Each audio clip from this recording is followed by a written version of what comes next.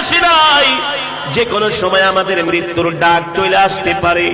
এ কারণে মৃত্যুর জন্য আমাদেরকে তৈয়ার হতে হবে, মৃত্যুর জন্য আমাদেরকে প্রস্তুতি নিতে হবে। আমরা কিভাবে মৃত্যুর জন্য তৈয়ার হব, কিভাবে মৃত্যুর জন্য প্রস্তুতি নিব? এমন একটা লম্বা পথ যেখানে আমরা কোনো রাস্তাঘাট চিনি না, যেখানে কোনোদিন আমরা কোনোদিন যাইও নাই, ওই শহর সম্বন্ধে আমাদের কোনো ধারণাও নাই, ওই জায়গা সম্বন্ধে আমাদের কোনো ধারণাও নাই। ওই কবর এমন এক ঘর যেখানে নাই কোনো বাতি, যেখানে নাই কোনো সাথী। এই কারণেই তো আল্লাহর নবীর সাহাবী আমিরুল মুমিনিন খলিফাতুল মুসলিমিন হযরত ওমরে আযম ওমর ফারুক রাদিয়াল্লাহু তাআলা আনহু যখন রাস্তা দিয়ে হেঁটে যেতেন, কোন মানুষ যদি কবর খনন করত, হযরত ওমর ওই কবরের মধ্যে যায় শুয়ে পড়তেন আর আর্তনাদ করতেন, বিলাপ করে করে বলতেন